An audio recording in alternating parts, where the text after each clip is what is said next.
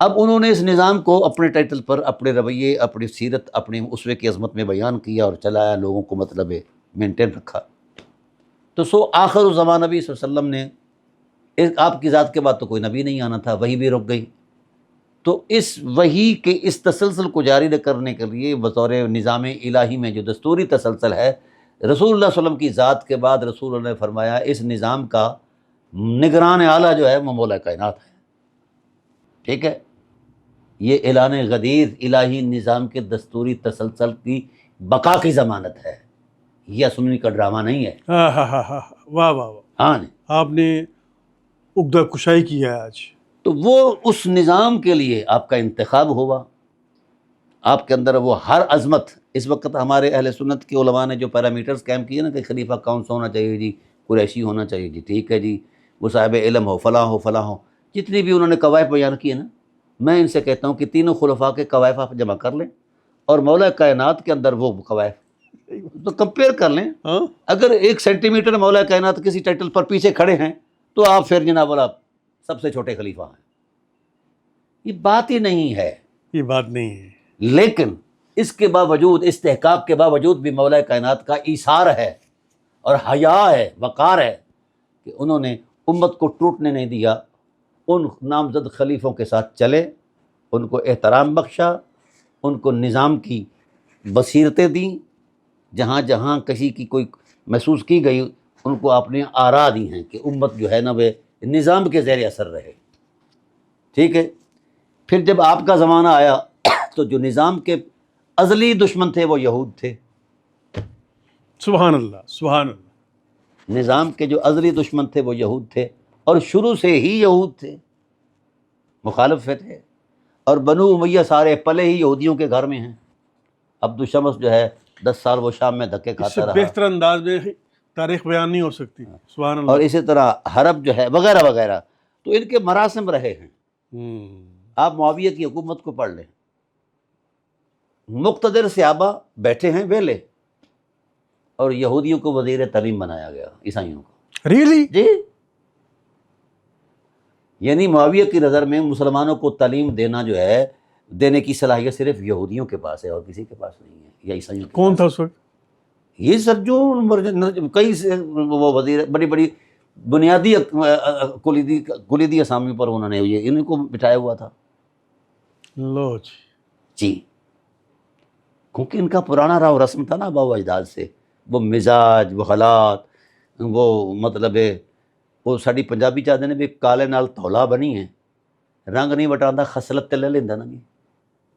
یعنی یہ بیل ہوتے ہیں نا، بیل، ان کے رنگ ہوتے ہیں نا، کسی کا رنگ کالا ہوتا ہے، کسی کا وہ مٹیالہ ہوتا ہے، ہاں جی، اور کسی کا پیلا رنگ ہے نا جی۔ ہاں، تو پھر ایک کھرلی پر اگر ان کو باندھا جائے نا، رنگ نہیں پلٹتے، یعنی کالا چٹا نہیں ہو جاتا، چٹا کالا نہیں ہو جاتا، خصلت آ جاتی ہے کہ سینگ کیسے مارنا ہے۔ تو جو مسلسل یہودیوں کی آغوش میں رہے ہوں تو خصلت تو لی ہے نا انہوں نے۔ ٹھیک ہے، آج بھی بیک گراؤنڈ کے اندر یہودی ہیں اہل بیت کی مخالفت میں۔ ہاں، MI6 جو ہے، تھنک ٹینک جو ہے، ہاں تھنک ٹینک جو ہے وہ کام کر رہا ہے، وہ اسی تسلسل کے ساتھ ہے۔ تاہم ہوا یہ کہ بلا کے مولا کائنات کے ساتھ مٹ بھیڑ ہو گئی، 1,14,000 مسلمان تحقیق کر دیے گئے حکومت واسطے۔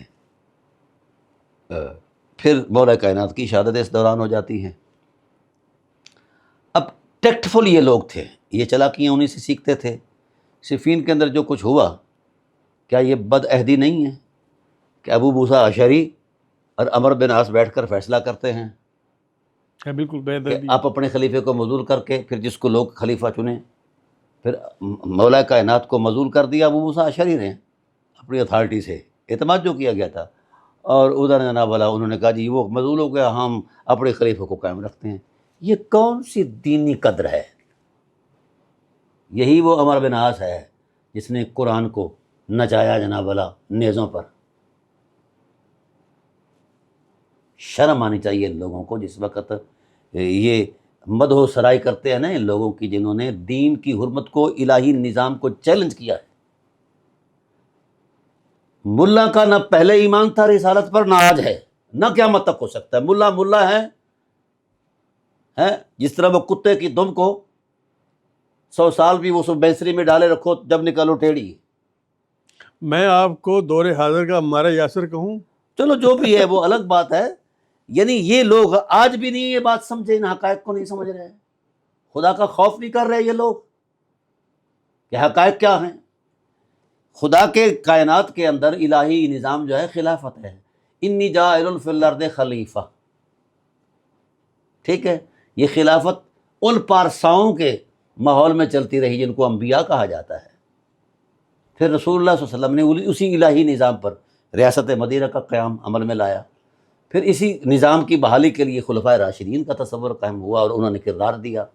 تو پھر جب مولا کائنات کی باری آئی تو پھر کیا ہو گیا؟ کیا سانپ سونگ گیا بنو امیہ کو؟ ہاں، ظاہر کرتے نا، ہاں جی، تائید کرتے، ہاں اطاعت کرتے، ہاں جو بنتا ہے۔ بھائی جس وقت پورے معززین مدینہ نے، پورے صحابہ کرام نے، پورے عالم اسلام نے ایک حقیقت کو تسلیم کر لیا ہے اور خود جا کر ترلا مار کے نظر کی ہے یہ خلافت، ٹھیک ہے نا، کہ حضور کس موڑ پہ لے آئے آپ خلافت کو؟ ٹھیک واہ ہے، واہ واہ واہ۔ یہ نظر کی ہے انہوں نے کہ حضور بچائیے امت کو، تو آپ نے شرف قبولیت بخشا اس خلافت کو، لیکن نہیں پسند آیا بادشاہ سلامت کو۔ پیچھے وہ یہود تھے، ساری فکر ان کی تھی، اور آگے ان کا انتقام کیا تھا۔ حقائق سے پردہ ہٹا رہے ہیں آپ، ٹھیک ہے، اب ہوا یہ کہ الہی نظام کو جو چیلنج کیا گیا ہے، اب رسول اللہ صلی اللہ علیہ وسلم کی شریعت کیا کہتی ہے کہ جس شخص نے امام برحق کے خلاف خود کو امام بنانا چاہا ہے وہ واجب القتل ہے۔ اب رسول یہ کہتے ہیں، کسی مولوی سے کہو نا کہ اس حدیث رسول کا انکار کر کے دکھائے، حدیث ہے، تو پھر کیا بنو امیہ اس حدیث سے مستثنا ہیں؟ کیوں یہ مولوی کیوں حمایت کرتے ہیں؟ یہ ان کے فضلہ خار رہے ہیں، رشوت کھاتے رہے ہیں ان سے، یہ سارے ڈرامے لگاتے رہے ہیں۔ ہم تو الحمدللہ ان کا آنگ جو ہے دیکھتے ہیں سارا کچھ، اور یہ سب اہل سنت کی تاریخ کے اندر موجود ہے، اسٹیبلش ہسٹری کے اندر موجود ہے، حدیثوں کے اندر موجود ہے، سیرت کی کتابوں کے اندر موجود ہے، اور سند کے ساتھ موجود ہے۔ یہ کس منہ سے یہ باتیں کرتے ہیں؟ پھر اس نظام کو جب چیلنج کیا گیا تو مولا کائنات مد مقابل آئے، تلوار اٹھائی، کیونکہ احقاق حق کے لیے اب امام وقت کا میدان میں آنا ضروری تھا، اور کردار دیا۔ پھر مولا کائنات شہید کر دیے گئے۔ اس کے بعد پھر خلافت کا معاملہ آیا، لوگ گئے مولا کائنات کو، پھر ان کے پاس گئے، کہنے لگے کہ مولا اپنے زندگی میں، ہاں زندگی میں ہی، ابھی آپ کی رب کے حیات باقی تھی، ہاں ٹھیک ہے، مولا اپنے بیٹے امام حسن کو خلافت سونپ دیجیے۔ تو مولا کیا فرماتے ہیں؟ مولا فرماتے ہیں مجھ سے پہلے لوگوں نے یہ کام نہیں کیا، ہاں بیٹوں کو نہیں، اپنے بیٹوں کو نہیں دی، ہاں تو میں امت کو اسی حال میں چھوڑ رہا ہوں جس حال میں رسول اللہ نے چھوڑا ہے، ہاں، ٹھیک ہے۔ ہاں اگر آپ لوگ انتخاب کریں تو الگ بات ہے۔ پھر سب متفق ہو گئے جناب مولا امام حسن علیہ السلام کی خلافت پر۔ ٹھیک ٹھیک ٹھیک ٹھیک۔ یہ بات مزید ناگوار گزری بنو امیہ کو، پھر میدان میں آ گئے۔ ادھر مولا امام حسن علیہ السلام اپنی لاؤ لشکر لے کر 60,000 کے قریب تھے، لیکن اس میں وہی لوگ تھے جنہوں نے مولا کائنات کو صفین میں دھوکہ دیا تھا، ٹھیک ہے نا، ساری باتیں کھل کے آ گئی۔ یہ بڑے جم مار کر، بڑے جبے پہن کر، بڑے جناب والا اوپر امامے بہن کر شیعہ لوگ جو ہیں یہ لتاڑتے ہیں، صحابہ کرام کو لتاڑتے ہیں اور مطلب حرمت پامال کرتے ہیں۔ یہ ان کا اپنا رویہ کیا رہا ہے، ان کی ہسٹری کیا رہی ہے؟